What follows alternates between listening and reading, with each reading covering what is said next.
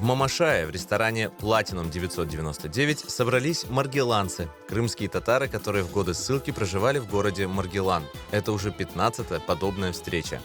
Маленький городок Маргелан – это туда, куда в депортацию попали все наши родители. Вот многие родители наши жили там вместе, дружили, учились, вставали на ноги в эти тяжелые дни, когда наш народ испытывал самое тяжелое сложное время.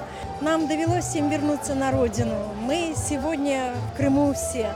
Но мы также с теплом и любовью вспоминаем Узбекистан. У нас там было 3 школы, и мы практически все учились в одной школе, многие в одном классе, многие ходили в один детский сад. В этом году на встречу маргеланцев съехались гости со всего Крыма. И даже из-за его пределов. Для них встреча – повод увидеться со школьными друзьями, бывшими соседями, вспомнить молодость.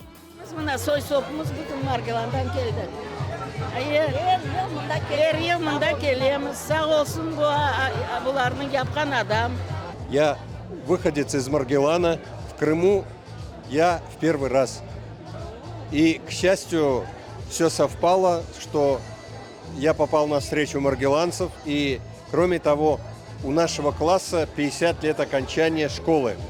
У нас был класс интернациональный, но 2/3 его состава были крымские татары. Я 50-го года рождения. Родилась и выросла в Маргелане. Встретиться со своими школьными друзьями, со своими соседями, коллегами. Дадам Маргеланда bir paytda boshliq bo'lgan Marg'ilonda.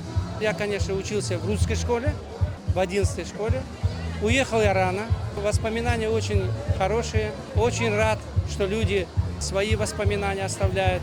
Помнят маргеланцы и ферганские погромы 1989 года, когда произошли столкновения узбеков с турками-месхетинцами.